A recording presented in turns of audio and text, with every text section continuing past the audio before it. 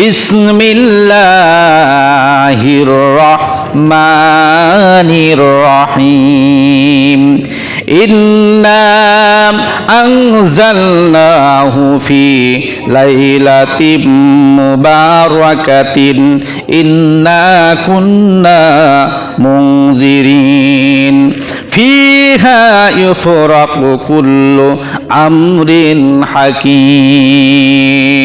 জোরে বলুন আল্লাহু আকবার, আরো জোরে বলুন আল্লাহু আকবার।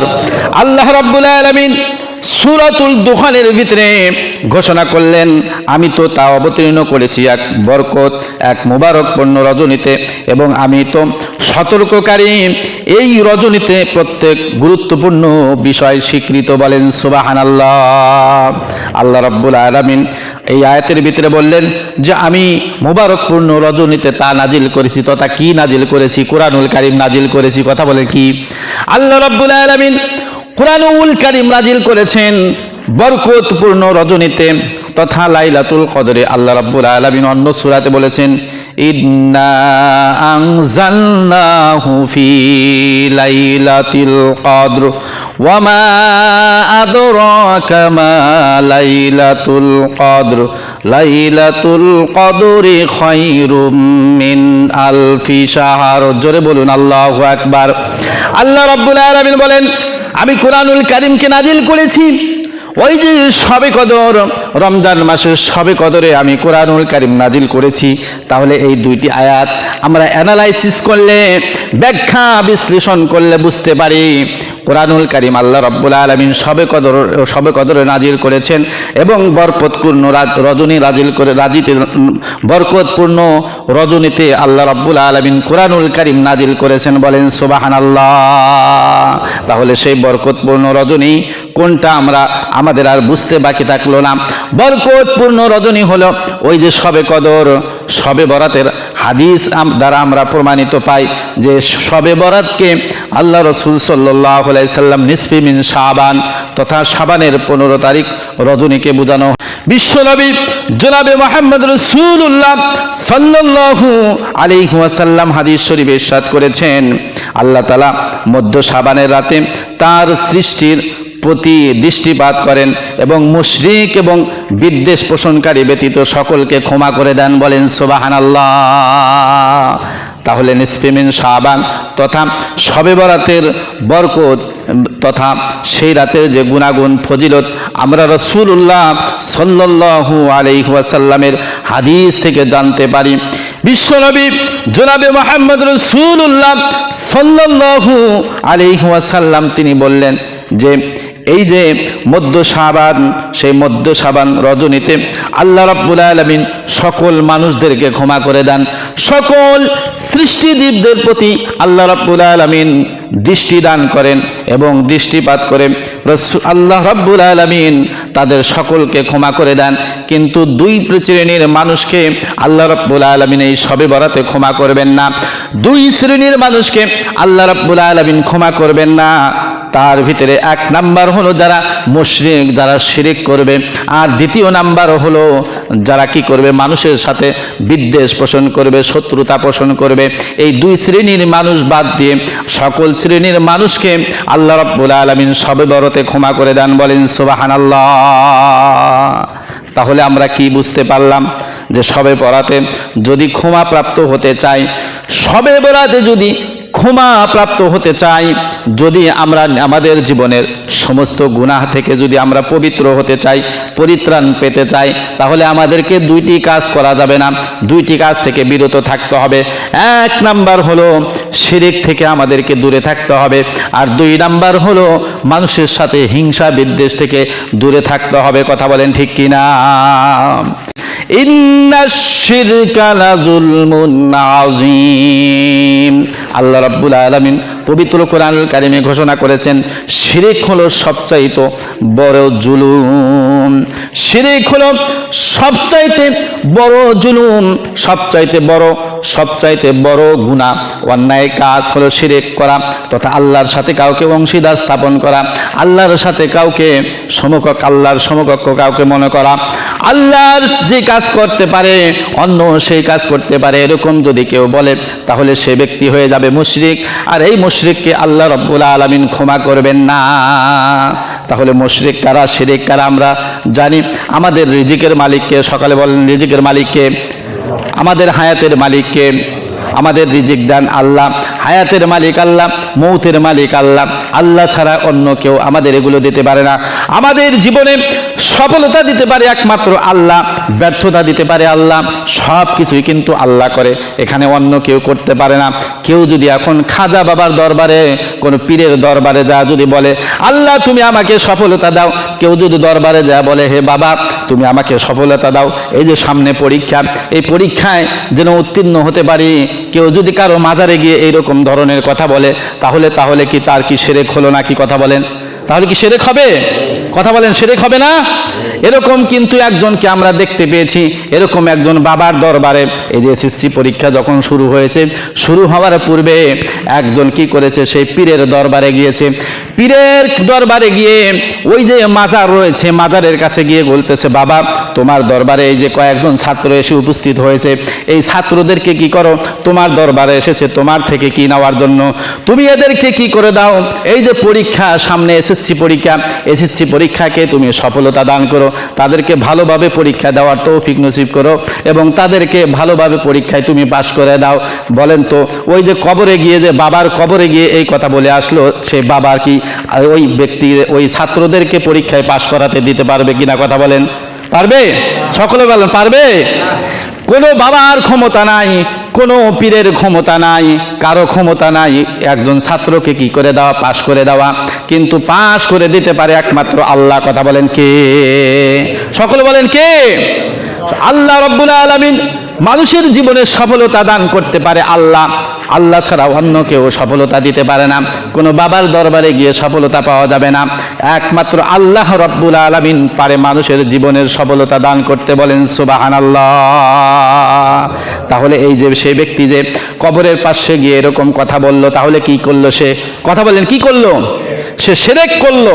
এরকম যদি কেউ করে, আমাদের ভিতরে এরকম যদি কেউ করে, কোনো বাবার দরবারে গিয়ে যদি এরকম বলে আল্লাহ আমার কোনো সন্তান নাই, বাবা তুমি আমাকে একটা সন্তান দাও, আমাকে একটা সন্তান দাও, এরকম যদি কেউ হাউমাউ করে চিল্লায় বাবার দরবারে দিয়ে, ওই বাবার কবরে গিয়ে যদি কোনো এরকম কোনো কিছু চায়, তাহলে কি সে সন্তান দিতে পারবে কিনা? কথা বলেন পারবে? সে কিন্তু সন্তান দিতে পারবে না। সন্তান দেওয়ার মালিক একমাত্র আল্লাহ এবং সন্তান নেওয়ার মালিকও আল্লাহ। এটা সকল ক্ষেত্রেই আমাদেরকে এটা বুঝতে হবে। আমরা ব্যবসা করি, ব্যবসা বাণিজ্য করি, চাকরি করি, মাঠে কাজ করি, ঘাটে কাজ করি, এই সকল কাজকে যদি আমরা বলি যে আমাকে চালায় আমার ব্যবসা, আমাকে চালায় আমার চাকরি, আমি যদি চাকরি না করতাম তাহলে আমি খাবার পেতাম না, রিজিক পেতাম না, আমার যদি জমি জমা না থাকতো তাহলে আমি খাবার পেতাম না, এই চিন্তা যদি করে তাহলে কিন্তু তার শিরক হয়ে যাবে। কথা বলেন ঠিক কিনা? রিজিক আল্লাহ রাব্বুল আলামিন দান করেন, রিজিক দান করেন একমাত্র আল্লাহ। আমাদেরকে ব্যবসার মাধ্যমে দান এবং চাকরির মাধ্যমে দান। আমরা মাঠে ঘাটে কাজ করি, রিক্সাওয়ালারা রিক্সা চালায়, ঠেলাওয়ালারা ঠেলা চালায় এবং গাড়ি চালকরা গাড়ি চালায়, আর এর মাধ্যমে রিজিক দেওয়ার মালিক একমাত্র কে? সকলে বলেন কে? সকলে বলেন কে? আল্লাহ রাব্বুল আলামিন রিজিক দান। আমাদের কোনো ব্যবসা বাণিজ্য আমাদের কোনো রিজিক দেয় না, আমাদের কোনো চাকরি আমাদেরকে রিজিক দেয় না, একমাত্র আমাদের রিজিক দেন একমাত্র আল্লাহ। আমাদেরকে এই বিশ্বাস রাখতে হবে, এই টেন্ডেন্সি রাখতে হবে। এই বিশ্বাস যদি রাখতে পারি তাহলে আমরা শিরক থেকে দূরে থাকব। আর এই যে শবে বরাতে আল্লাহ রাব্বুল আলামিন আমাদের জিন্দেগির সমস্ত গুনাহকে মাফ করে দিবেন। বলেন সুবহানাল্লাহ। শুধু তাই নয়, আল্লাহ রাব্বুল আলামিনের হাবিব রাসূলুল্লাহ সাল্লাল্লাহু আলাইহি ওয়াসাল্লাম হাদিস শরীফে তাহলে দুইটি শর্ত দিয়েছেন। এক নাম্বার হলো শিরক থেকে দূরে থাকতে হবে, আর দুই নাম্বার হলো মানুষের সাথে শত্রুতা, হিংসা বিদ্বেষ এগুলো থাকা যাবে না। হিংসা বিদ্বেষ যদি থাকে তাহলে আল্লাহ রাব্বুল আলামিন এই যে শবে বরাতে কি করবেন না, ক্ষমা করবেন না। আমাদের ভিতরে একজন মুসলমান আর একজন মুসলমানের সাথে হিংসা বিদ্বেষ থাকা যাবে না। হিংসা বিদ্বেষ এবং শত্রুতা এগুলো কোনো প্রকার যদি শত্রুতা থাকে তাহলে আল্লাহ রাব্বুল আলামিন আমাদেরকে এই যে শবে বরাতে ক্ষমা করবেন না। তাহলে মুসলমান ভাইয়েরা আমার, বন্ধুরা আমার, আল্লাহর থেকে যদি আমরা ক্ষমা পেতে চাই, আল্লাহর কাছে যদি এই যে শবে বরাতে ক্ষমা পেতে চাই, তাহলে আমাদেরকে কি করতে হবে? শত্রুতা থেকে দূরে থাকতে হবে, বিদ্বেষ পোষণ থেকে দূরে থাকতে হবে। একজন আরেকজনের সাথে শত্রুতা, কথা বলেন আছে কি না? আমাদের সমাজে আছে, আপনাদের সমাজে আছে কি? এরকম কিন্তু বাড়ি নিয়ে, জায়গা জমি নিয়ে শত্রুতা থাকে, বিদ্বেষ থাকে, কথা বলেন থাকে কি না? সকলে বলেন না কেন থাকে? শত্রুতা আছে। চাকরির ক্ষেত্রে, ব্যবসা বাণিজ্যের ক্ষেত্রে শত্রুতা থাকে। বাড়ি করার ক্ষেত্রে সেখানে দেখা যায় জমি জমা নিয়ে বিরোধ থাকে, মানুষের ভিতরে বিরোধ থাকতে পারে, কিন্তু ন্যায়সঙ্গতভাবে কোনো সেইটা ফয়সালা করতে হবে। কিন্তু আমি সেটা বিদ্বেষ পোষণ করলাম, শত্রুতা পোষণ করলাম, করে বললাম যে ও মরে না কেন, এরকম বলি না কেন, বলি এরকম যদি কেউ বলে যে তার এরকম সে অ্যাক্সিডেন্ট করে মারা যাক না কেন, এরকম যদি শত্রুতা পোষণ করি, কিংবা কোনো সময় যদি সুযোগ আসে তাহলে আমি তাকে কি করব, চাকু মারবো, এরকম যদি কেউ করে তাহলে এটা কি শত্রুতা? কথা বলেন, এটা শত্রুতা না? এটা হলো শত্রুতা, এটা হলো বিদ্বেষ, মানুষের সাথে শত্রুতা অন্তরের ভিতরে পুষে রাখা এবং সারা জীবন ভর তাকে কি করা? শত্রুতা মনে করা, শত্রু মনে করা। একটা মানুষের ভিতরে আর একটা মানুষের বিরোধ থাকতে পারে, কিন্তু বিরোধ আলোচনার মাধ্যমে কি করতে হবে? মীমাংসা করতে হবে। কথা বলেন, কি করতে হবে? মীমাংসা করতে হবে আলোচনার মাধ্যমে। কিন্তু সেই বিদ্বেষ, শত্রুতা সারা জীবন রাখা যাবে না। তার কারণ হলো বিশ্বনবী জনাবে মুহাম্মদ রাসূলুল্লাহ সাল্লাল্লাহু আলাইহি ওয়াসাল্লাম হাদিস শরীফে ইরশাদ করেছেন, তোমরা কি করো? এই যে যদি শত্রুতা রাখো, একজন মুসলমান আর একজন মুসলমানের সাথে যদি শত্রুতা রাখো, তাহলে এই আল্লাহ রাব্বুল আলামিন ওই শত্রুতা পোষণকারী ব্যক্তিকে আল্লাহ রাব্বুল আলামিন ক্ষমা করবেন না। বলেন নাউজুবিল্লাহ। তাহলে আল্লাহর থেকে যদি আমরা ক্ষমা পেতে চাই তাহলে আমাদেরকে কি করতে হবে? আল্লাহর কাছে যদি এই যে শবে বরাতে যদি আমরা ক্ষমা পেতে চাই তাহলে আমাদেরকে কি করতে হবে? বিদ্বেষ পোষণ থেকে দূরে থাকতে হবে, মানুষের সাথে ভেদাভেদ ভুলে যেতে হবে, শত্রুতা পোষণ থেকে দূরে থাকতে হবে। আর এই শত্রুতা পোষণ থেকে দূরে থাকার জন্য আমাদেরকে এক মুসলমান আর এক মুসলমানের জন্য আল্লাহর কাছে দোয়া করতে হবে। আল্লাহর কাছে দোয়া করতে হবে। সেই দোয়াটা আল্লাহ রাব্বুল আলামিন শিক্ষা দিয়েছেন। আল্লাহ রাব্বুল আলামিন পবিত্র কোরআনুল কারিমে ঘোষণা করেছেন, রব্বানা গফির লানা ওয়া লিইখওয়ানিনা আল্লাযীনা সাবাকুনা বিল ঈমানি ওয়া লা তাজআল ফি কুলুবিনা গিল্লাল লিল্লাযীনা আমানু রব্বানা ইন্নাকা রাউফুর রহিম। জোরে বলুন আল্লাহু আকবার। আরো জোরে বলুন আল্লাহু আকবার। আল্লাহ রাব্বুল আলামিন পবিত্র কুরআনুল কারীমে ঘোষণা করলেন, হে আমাদের প্রভু, আমাদেরকে আল্লাহ রাব্বুল আলামিন দোয়া শিক্ষা দিলেন যে তোমরা এই একজন মুসলমান আর একজন মুসলমানের জন্য দোয়া করবে, একজন মুসলমান আর একজন মুসলমানের জন্য, ইমানদারের জন্য দোয়া করবে।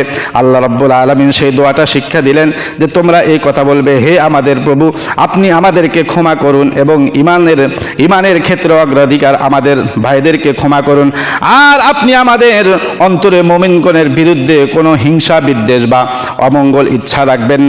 হে আমাদের প্রভু, নিশ্চয় আপনি মহা করুণাময়। বলেন সুবহানাল্লাহ। তাহলে এই দোয়াটা আল্লাহ রাব্বুল আলামিন শিক্ষা দিলেন।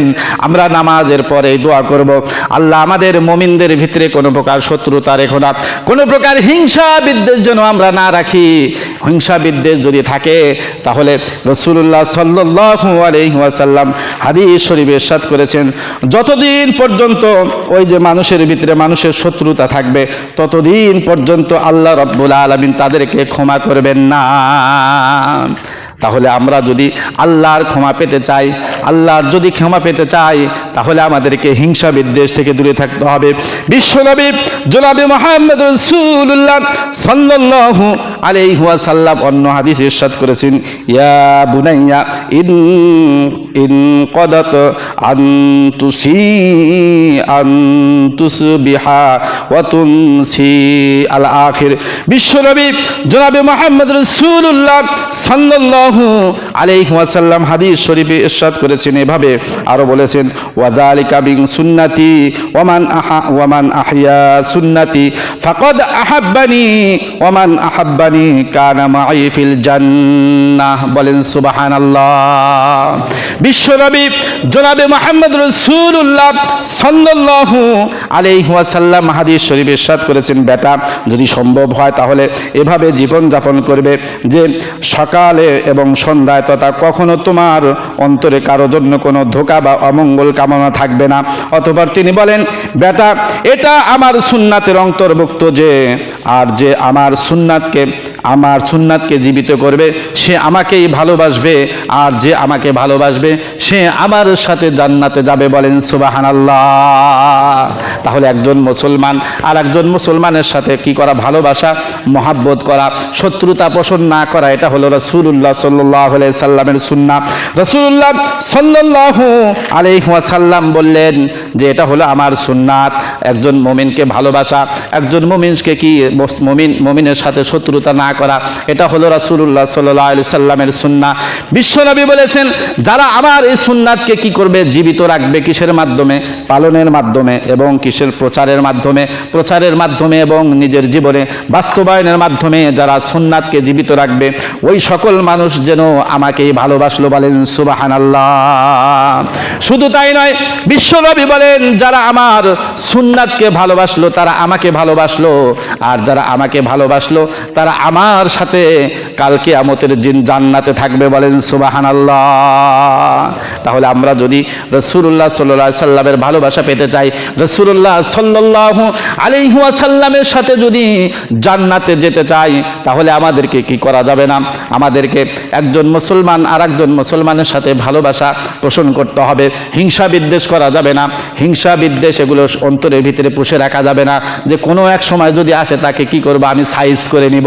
কথা বলেন, এরকম সমাজ আছে কিনা? সকলে বলেন এখানে আছে? সকলে বলেন এখানে আছে? এরকম মানুষ কিন্তু সমাজে আছে। এই যে হিংসা বিদ্বেষ, এগুলো করা যাবে না। আমরা তাহলে শবে বরাতের ফজিলত যদি পেতে চাই, তাহলে আমাদেরকে কি করতে হবে? হিংসা বিদ্বেষ থেকে দূরে থাকতে হবে। একজন মুসলমান আর একজনের মুসলমানের সাথে হিংসা বিদ্বেষ থাকবে না। বিরোধ থাকতে পারে বিভিন্ন কিছু নিয়ে, কিন্তু সেই বিরোধ আমাদের আলোচনার মাধ্যমে কি করতে হবে?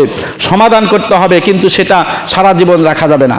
মুসলমান ভাইয়েরা, তাহলে একজন মুসলমান আর একজন মুসলমানের সাথে সম্পর্ক ভালো রাখা তথা মহাব্বত করা, সেই মহাব্বত কিভাবে বাড়াবে সেই কথাও রাসূলুল্লাহ সাল্লাল্লাহু আলাইহি ওয়াসাল্লাম হাদিস শরীফে ইরশাদ করেছেন।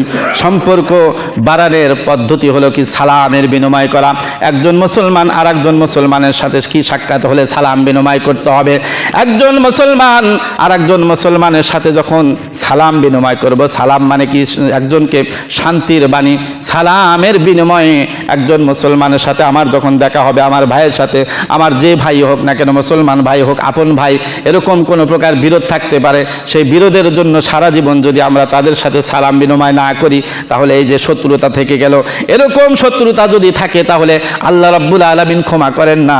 বিশ্বনবী বলেছেন, এই যে মুসলমান সকল মানুষের আমল, 2 দিন সকল মানুষের আমল আল্লাহর দরবারে উঠানো হয়। আল্লাহর দরবারে 2 সপ্তাহে 2 দিন মানুষের আমল আল্লাহর দরবারে উপস্থাপন করা হয়। এক দিন হলো বৃহস্পতিবার, আর একটা হলো সোমবার। সোমবার এবং বৃহস্পতিবার মানুষের আমল আল্লাহর দরবারে উপস্থাপন করা হয়। যখন উপস্থাপন করা হয় তখন আল্লাহ রাব্বুল আলামিন সকল মানুষকে ক্ষমা করে দেন, কিন্তু ওই সকল মানুষকে আল্লাহ রাব্বুল আলামিন ক্ষমা করেন না যারা একজন মুসলমান আর একজন মুসলমানের সাথে শত্রুতা থাকে। ওই সকল মানুষকে ততক্ষণ পর্যন্ত আল্লাহ রাব্বুল আলামিন ক্ষমা করেন না যতক্ষণ পর্যন্ত তারা 2 জন মীমাংসা না হয়। নয়। আল্লাহ রাব্বুল আলামিন বলেন যখন তারা মীমাংসা হয়ে যায় তখন আল্লাহ রাব্বুল আলামিন তাদেরকে ক্ষমা করে দেন, বলেন সুবহানাল্লাহ। তাহলে বোঝা গেল কি আমাদের কারোর সাথে কোনো বিদ্বেষ রাখা যাবে না, ধর্মীয় বিষয় হোক যে কোনো বিরোধ আমাদের থাকতে পারে।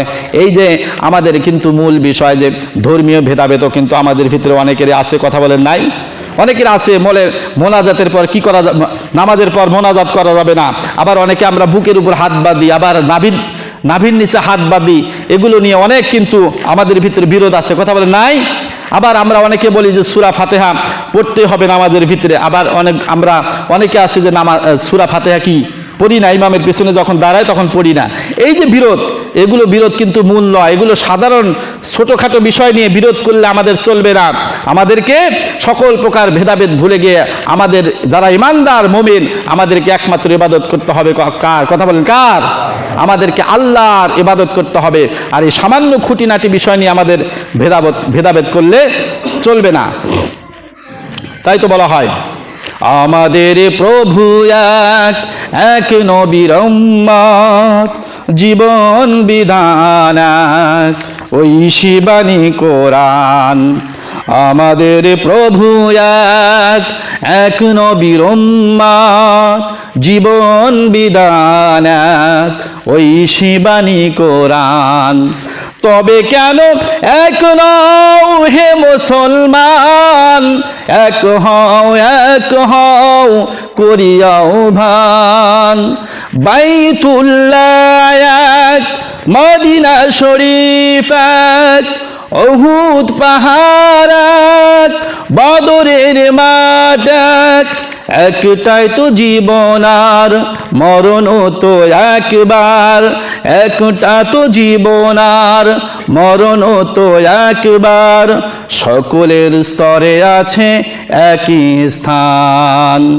আমাদের প্রভু এক নবীর উম্মত, জীবন বিধান ওই শিবানী কোরআন। সকলে বলেন আমাদের প্রভু এক নবীর উম্মত, জীবন বিধান ওই শিবানী কোরআন। তবে কেন এক নও হে মুসলমান, এক হও করিয়াও ভান। লিল্লাহি তাকবীর, আরো জোরে বলেন লিল্লাহি তাকবীর।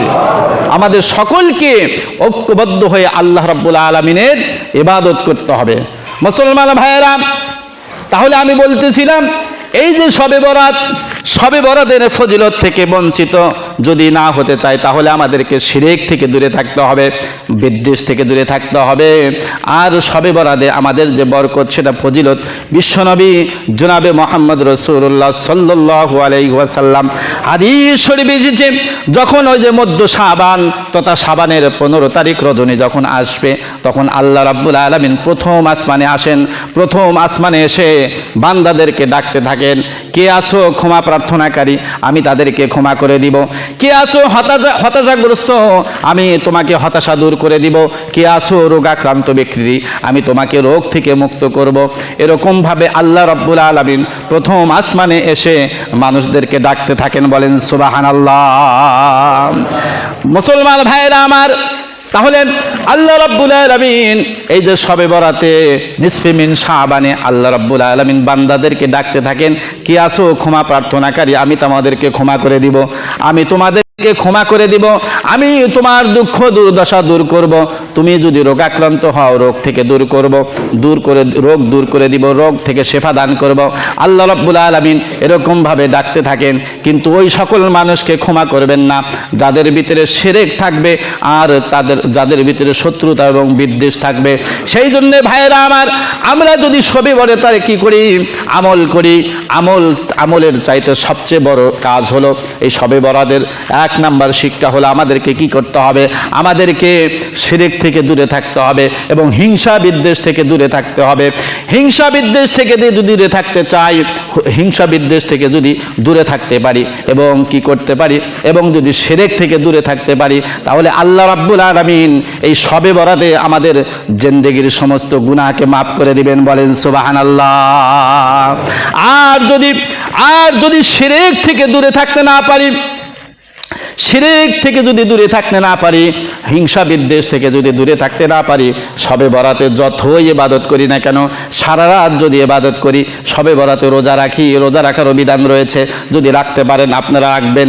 কিন্তু যদি এগুলো আমল করলাম, কিন্তু মানুষের সাথে আমাদের শত্রুতা থাকলো, হিংসা বিদ্বেষ থাকলো, শত্রুতা থাকলো, আমরা শিরক করলাম, আমরা ইবাদতও করি, আবার বাবার দরবারে কোনো কিছু গিয়ে চাই, আমরা ব্যবসা বাণিজ্য আমরা বলি যে না, আমাকে আল্লাহ চালায় না, আমার ব্যবসায় আমাকে চালায়, আমাকে আল্লাহ চালায় না, আমাকে ওই চাকরি আমাকে চালায়, এরকম যদি চিন্তা ভাবনা করি, এরকম টেন্ডেন্সি যদি আমাদের ভিতরে থাকে, তাহলে আল্লাহ রাব্বুল আলামিন আমাদেরকে ওই শবে বরাতে ক্ষমা করবেন না, বলেন নাউজুবিল্লাহ।